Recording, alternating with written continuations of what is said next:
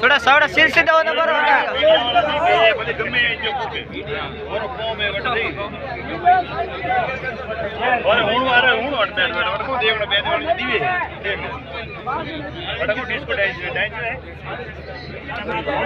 थोड़ा थोड़ा सेवड़ा रखो थोड़ा थोड़ा सेवड़ा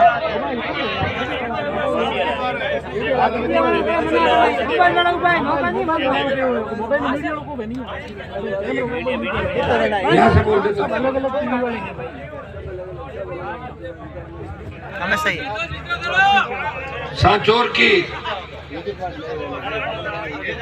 सत्ता संकल्प व्यवस्था परिवर्तन यात्रा की सभा के अंदर उपस्थित भोपालगढ़ के विधायक पुखराज जी गर्ग साहब, उमेदवार राम जी, हमारे हरदाराम जी चौधरी गुड़ा मलानी से, भाई थान सिंह, उपस्थित यहाँ की कार्यकारिणी बाबूलाल जी सारण, पाली के हमारे सह संयोजक है गिरधर जी साहू, इंताराम जी पापड़ा, लक्ष्मण जी पापड़ा, सोनाराम जी गोदारा, बीरमाराम जी सियोल, नगाराम जी पुरोहित, गौतम जी सुतार, अनवर खान, हनुमान जी गर्ग, सम्मानित मंच, हमारी बेटियां जो इस साइड में बैठी है, और प्रिया सिंह मेघवाल अंतर्राष्ट्रीय बॉडी बिल्डर, छोटे भाई गजेंद्र और पूरी टीम जो यहाँ पर उपस्थित, सम्मानित मंच और जिन्होंने पार्टी परिवार को ज्वाइन किया, संघर्षशील नेता बसंत जी प्रजापत, राम राम कर लो, और भूमा राम जी राजनट पूर्व प्रधान रानीवाड़ा, इनका पार्टी परिवार के अंदर स्वागत है। मौजूद बुजुर्गों, नौजवान साथियों, छोटे भाइयों, सांचौर आते आते अक्सर मैं लेट हो जाता हूँ, पिछली बार भी बहुत लेट हो गया था, लेकिन आपने कहा ना, मैं धन्यवाद दूंगा आपको कि मजबूती के साथ आप लोग डटे रहते हो। काश मैं समय पे आता तो बहुत लोग इस सत्ता संकल्प यात्रा को शहर में देखते, इसलिए रात को स्टे यहाँ करके और सुबह शहर के अंदर से होता है, सबको अभिवादन सबका करते हुए अभी ये सड़क बनी, बताऊं मुझे, अभी पिछली बार मैं आया जब कह रहा था, मैंने कहा सड़क बन गई क्या, बोले बन गई, तो अभी फिर टूट गई वापस। ये सही है? ये पूरे राजस्थान का ही हाल है। ये गहलोत वसुंधरा का ऐसा गठबंधन राजस्थान के अंदर बना 25 साल में, जिसमें 15 साल 20 साल तो आपको पता ही नहीं लगा। वो तो अशोक गहलोत की पता नहीं कैसे आत्मा के अंदर ये बात आई और खुद ही बोल के कि वसुंधरा ने मेरी सरकार बचाई, बोला कि नहीं बोला? वो तो मिला जुली का खेल के मैं आरोप लगाता था 2009-10 के अंदर, जिसको लेके बीजेपी से मुझे बाहर निकाला, वो सच्चाई मुख्यमंत्री ने स्वीकार करी। भाइयों, इतना भारी भ्रष्टाचार राजस्थान के अंदर है, 1 दर्जन से ज्यादा मंत्री विधायक, हत्या, लूट, बलात्कार, आप देखिए, जिनको सीएम ने जीत कर ली, नहीं हटाया उन लोगों को, और बीजेपी विपक्ष में नहीं है। सो रही है भारतीय जनता पार्टी, बयान वीर बीजेपी के बयान देते हैं बड़े बड़े, ये होना चाहिए वो होना चाहिए, और दूसरे दिन वापस स्विच ऑफ कर लेते हैं। अखबार में कैसे छपे, मीडिया में कैसे आए। हमारी दरियावत की आदिवासी बहन को जब निर्वस्त्र करके गांव में घुमा दिया, मणिपुर की हिंसा जिसमें महिलाओं को किस तरह निर्वस्त्र करके घुमाया, पूरे देश के अंदर बदनामी, हम लोकसभा के अंदर हमेशा चीखते थे, कांग्रेस पार्टी भी चीखती थी। मैं ये कह रहा हूं, यहाँ क्या हो गया कांग्रेस पार्टी को, यहाँ तो उनकी सरकार है। और 3 दिन बाद किसी बीट कांस्टेबल को भी सस्पेंड नहीं किया, एसएचओ को लाइनाजिर नहीं किया। आप देखिए, सोशल मीडिया का जमाना है, बीट गांव के अंदर ध्यान रखता है, एक एक नई बात पुलिस के पास रहती है सोशल मीडिया के माध्यम से। 3 दिन बाद पता लगा, और 3 दिन बाद पता लगा मुख्यमंत्री ने जिद कर ली कि मैं कुछ नहीं करूँ, कुछ मुआवजे की घोषणा कर दी। आजकल एक सिस्टम बन गया, फैशन हो गया, लोग लड़ना नहीं चाहते, सिर्फ मुआवजा ही चाहते हैं। ये सही बात है गलत बात? लास्ट में बात कहाँ अटकती है? मुआवजे पे आती। बहुत लड़ाई लड़ी मैंने राजस्थान के अंदर। लोग पता नहीं, पहले के जमाने में दुश्मनी होती थी गांवों के अंदर, किसी मुद्दे की लड़ाई होती थी। आजकल ऐसा है जो पार्टनर है साथ में और पड़ोसी है, वही सबसे बड़ा नुकसान कर रहा। विरोधी से आपको कोई खतरा नहीं। ये कलयुग है। ये कोविड के बाद ज्यादा स्थितियां खराब हो गई। लोगों को लग रहा है वैक्सीन के साथ दिमाग खराब करने का वो अंदर चला गया इंजेक्शन के बाद। कितना दिमाग खराब। उस जो भी ये घटना हुई धरियावत की, अमित शाह का कार्यक्रम था बगल में। हम लोगों को लगा कि गृह मंत्री राजस्थान में जाएंगे तो निश्चित रूप से वहां उस महिला से मिलने उसके घर जाएंगे, उस परिवार से। जिक्र तक नहीं किया। और प्रियंका गांधी आई टोंक के अंदर। वो आती है यहाँ पर रणथंभौर बाग देखने के लिए, घूमने के लिए आती रहती राजस्थान। टोंक के अंदर जिक्र नहीं किया कि एक बेटी की स्थिति राजस्थान में क्या हुई। उत्तर प्रदेश के अंदर जाके भाषण देगी। भाइयों, ये मिलाजुली का खेल नहीं तो और क्या? मुझे बताओ बड़ा, इस स्टेट के अंदर या देश के अंदर मिलाजुली का खेल है पूरा पूरा। 2-3 दिन तक कोई चीज नहीं चलती है, उसके बाद उसको पूर्ण कर दिया जाता है उस चीज को।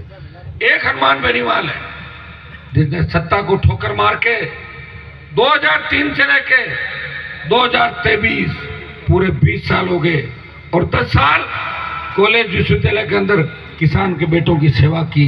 जब मैं राजस्थान विश्वविद्यालय के अंदर पढ़ता था, मेरे जिले के तो वोट ही बहुत कम थे। जालौर के तो कोई एक आध कोई होगा, जयपुर पढ़ता कौन समझे। हमारे जिले के 70-75 बोर्ड थे। यूनिवर्सिटी की कह रहा हूँ, और कॉलेज में थे, प्राइवेट कॉलेजों के अंदर। शेखावाटी के बच्चे सबसे ज्यादा पढ़ते थे, भरतपुर के और अलवर और दूसरे इलाकों के राजस्थान यूनिवर्सिटी का। तब का और अब का आप अंतर देखो। हम आगे बढ़े शिक्षा के क्षेत्र के अंदर, खूब आगे गए हमारे बच्चे। नौकरियां भी खूब लग रही है। नौकरियां तो लग रही है, लेकिन सारे पेपर लीक हो रहे हैं राजस्थान के अंदर। ये पता है कि नहीं पता? सांचौर के अंदर आपको बात, सांचौर में ज्यादा पता होगा। हर पेपर लीक, हर पेपर आउट। तो भाइयों, कहां भरोसा रहा मुझे बताओ आप? और बीजेपी क्या कर रही है? 2 दिन बयान दिया, तीसरे दिन बंद। हमारे आरएलपी के तीनों विधायक है, जब सदन चलता है तो मैंने इनको कह रखा है कि अपने को कांग्रेस के खिलाफ लड़ाई लड़नी है, क्योंकि अपना मकसद है कि सत्ता के खिलाफ लड़ना। देश में मैं कांग्रेस के साथ खड़ा हुआ, मोदी के खिलाफ नारे लगाता हूं क्योंकि मैं विपक्ष में हूं। और विधानसभा के अंदर मेरे तीनों विधायक कांग्रेस पार्टी के खिलाफ नारे लगाते क्योंकि मैं विपक्ष में हूं, कांग्रेस के साथ नहीं हूं। ये देखिए, ये राजधर्म है, निभा रहे आरएलपी पार्टी वाले। जब कोई नहीं बोलता किसी मुद्दे पे, जब कांग्रेस बीजेपी हाथ मिला लेती है, कांग्रेस बीजेपी के दर्जनों मंत्रियों और विधायकों के आपस में बिजनेस पार्टनर है, धंधा चलता। आजकल लोग राजनीति में क्यों आते हैं? बिजनेस करने के लिए। मेरे साथ कई नेता है, नए लोग एमएलए बनना चाहते हैं। उनको पूछता हूँ एमएलए बनकर क्या करोगे? कह रहे बस थोड़ा काम। क्या काम करोगे बताओ मुझे? विधायक बनने के बाद आप क्या करोगे? मतलब बिजनेस वगैरह ठीक ठाक हो जाए, सारा ही धंधा चलता। बिजनेस करना और पॉलिटिक्स में आना, सेवा नहीं करना। बस एमएलए बन के जुलूस निकले, जिंदाबाद के नारे लगे, और फिर उसी जमात मंडली में शामिल हो जाओ। जो चोरों की एक जमात चल रही है, उस चोरों की जमात का हिस्सा बनते जाओ, और अगली बार घर बैठ जाओ। क्योंकि आप भी तो होशियार हो, 5 साल में परख लेते हो कि कौन कितना चोर, बेईमान, निकम्मा, निकृष्ट है। जब तक कुएं खाट वाली स्थिति नहीं होती, कुएं खाट में थोड़ी दिक्कत हो जाती, कई बार डबल भी खाट की हांडी चढ़ जाती है। लेकिन कुएं खाट की स्थिति में तो आप रगड़ दो दोबारा, ही तो तय है। लेकिन 2 बार 2 देखते हो कि दोनों में तुलना करो कौन ठीक है, तब आकर बोलने दो यार इससे ये ठीक है, पहले वाले को पड़ा रहने दो। ये करते हो राजस्थान के अंदर कई जगह मैंने देखा आप लोग। बाकी करीब करीब सोशल मीडिया के बाद जागरूकता राजस्थान और देश के अंदर बढ़ी है। आप में जागरूकता बढ़ी है, लेकिन कुछ वोट ऐसा है जो तय करके बैठा है, वो टोल भी देगा, थाने में अपनी बेइज्जती भी कराएगा, वो इंसल्ट भी कराएगा, 5 साल बकवास करेगा, और जैसे ही वोट देने जाएगा उसको कमल का फूल हाथ ढूंढेगा। हाथ किधर है कमल का फूल? उनका काम है, वो इसके लिए ही बना है। वो वोट भी डालेंगे, वो कह रहे 100 प्याज और 100 जूते, दोनों को 100 जूते भी खा गए, 100 प्याज भी। ऐसे लोग हैं जो चिन्ह पे वोट डालते हैं। और भाइयों अगर चिन्ह पे वोट नहीं डालते तो राजस्थान इतना कमजोर, तो कितने गीत गाते हैं, ये धरती सोनारी वीरारी, तो भी क्या 70 साल में सूरवीर आए ना क्या राजस्थान के अंदर? इसने पार्टी नहीं बनाई, कहाँ चले गए सूरवीर बताओ मुझे। पार्टी बना के आपके बीच सत्ता संकल्प लेके ये रथ लेके मैं खड़ा हूं ना, तो बीजेपी कांग्रेस और आरएलपी के रथ में कोई अंतर नहीं है। कांग्रेस वाले शायद रथ नहीं लाए थे क्या इस बार? नहीं। हाँ, बीच उनके पास तो हेलीकॉप्टर चार्टर वगैरह उससे घूम रहे हैं, लेकिन बीजेपी के जो रथ है वो एक रथ नहीं है, 1 दर्जन से ज्यादा रथ है, अलग अलग यात्रा चल रही है, बारात सजी हुई है। दूल्हा कौन है, तोरण पे कौन आएगा अभी पता नहीं है बीजेपी का। कांग्रेस की तो बारात तोरण पे जाने से पहले झगड़ा हो रखा बारात का, मनाने में लगे हुए कि क्या करें क्या नहीं करें।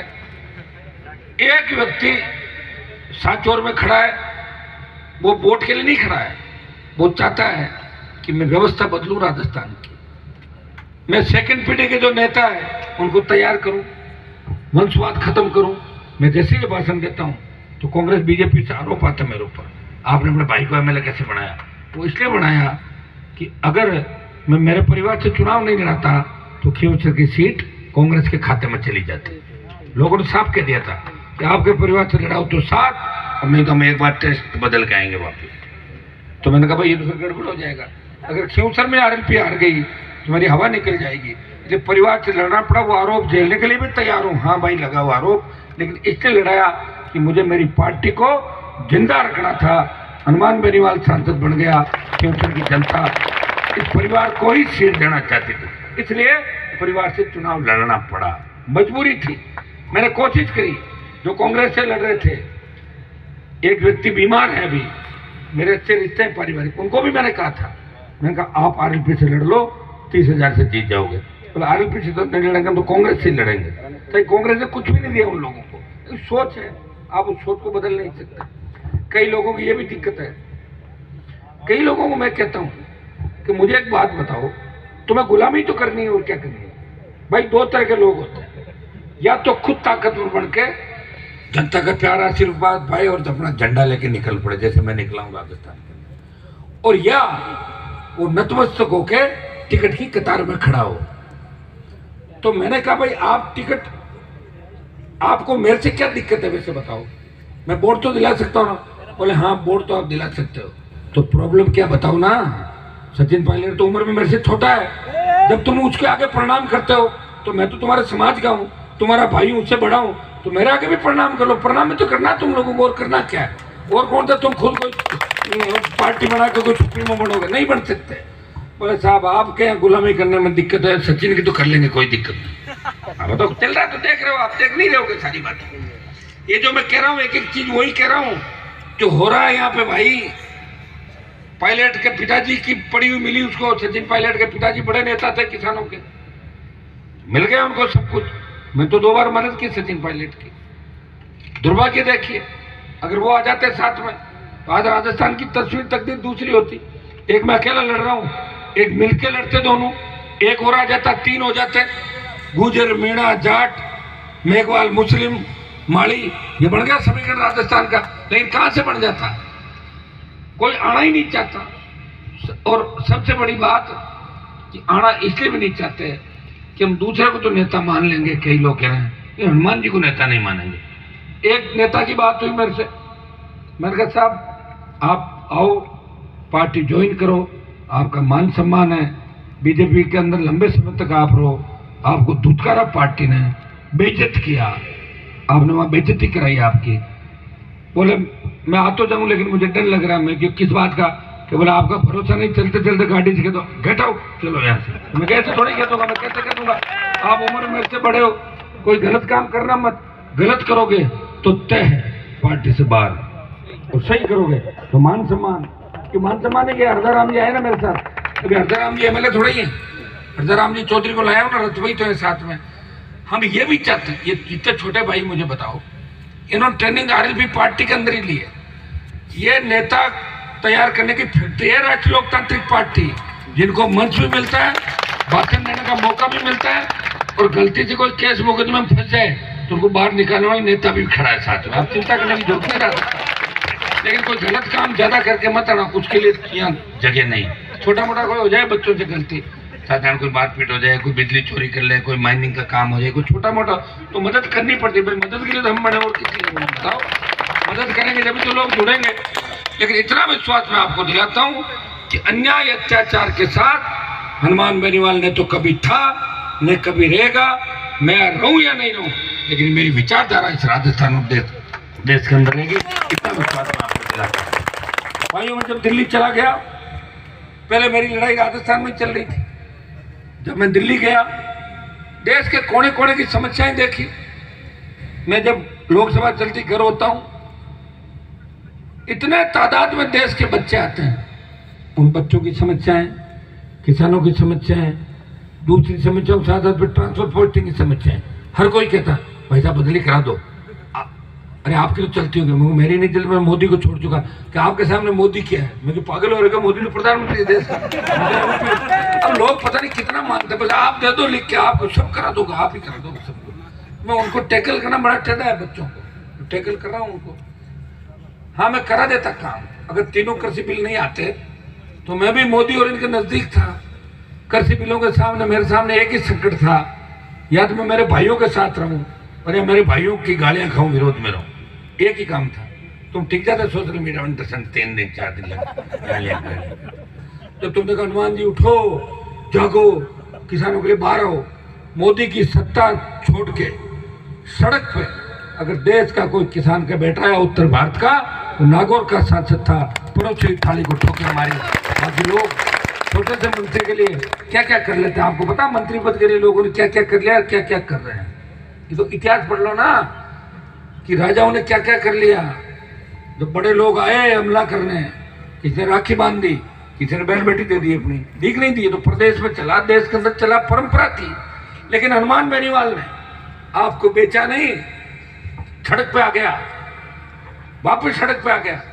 3 से 19 और 19 से 23 राजस्थान की सरकारों से लड़ा, दिल्ली की सरकार से लड़ा, जिद्दी वसुंधरा से लड़ा, हार्डकोर अपराधियों से लड़ा, और गहलोत के बेटे को हरा के संदेश दिया कि गहलोत ने जिन जिन किसान नेताओं को घर बिठाया उन सबका बदला एक साथ राजस्थान में ले लिया। क्योंकि उन किसान नेताओं के बच्चों में बदला लेने की हिम्मत नहीं थी, न उनके बच्चों में हिम्मत थी, न उनके पोते पोतियों में हिम्मत थी। भौंकना अलग बात है और लड़ाई लड़ना अलग बात है। भौंक तो हर कोई लेता है, कैसा भाषण जोर को दियो, भाषण तो आपने एंकर दिन भर देना, तो एंकर क्या प्रधानमंत्री मुख्यमंत्री बनेंगे सारे भाषण देने से नहीं होता। और मायावती कभी भाषण नहीं देती, वो पट गई बोलती है 4 लाइन, लेकिन वो 4 लाइन में इतनी ताकत है कि देश के लाखों करोड़ों वोटों को प्रभावित कर देती। करती कि नहीं करती है? तो सारे भाषण से नहीं होता मेरे भाई। ये कई बेरूपी चाहे जैसी बकवास करते होंगे, बाद में पता लगता है कितने कितने वोट आए। तो मैं आपको यही आह्वान करूंगा कि आप कोई सत्ता संकल्प जो यात्रा में आपके बीच लेके आया हूं, इसका मकसद है कि सत्ता का संकल्प लेके हम व्यवस्था को बदलेंगे। सत्ता के बिना व्यवस्था नहीं बदल सकते। हम 3 विधायक, 1 सांसद हैं, परिवार बड़ा, 4-5 प्रधान हैं, 1 म्यूनसिपलिटी का चेयरमैन है। लेकिन मुझे हमेशा चिंता रहती है कि कब कौन सा छोड़ के भाग जाएगा, ये भी चिंता रहती है मुझे। तो परिवार के अंदर चिंता रहती है, परिवार के अंदर बच्चे अलग नहीं होते, कई नाराज भी हो जाते हैं। मैं उनको ही रखवाली करता रहता हूँ। मुझे लग रहा भागेंगे 1-2, उनका मन हो गया, और जब मन हो जाता है तो व्यक्ति भागता है। यहाँ बच्चा बेटी बात करना ठीक नहीं है। एक बार मचबची आती तो फिर आपको पता है सारा जाना ही पड़ता है। तो ये जिनको भागने के मन में वो पक्के भागेंगे, लेकिन भागेंगे उनके भाई दूसरे आ जाएंगे। ये तो धरती का सिस्टम आप जानते हो, एक गया दूसरा आया, दूसरा गया तीसरा आया।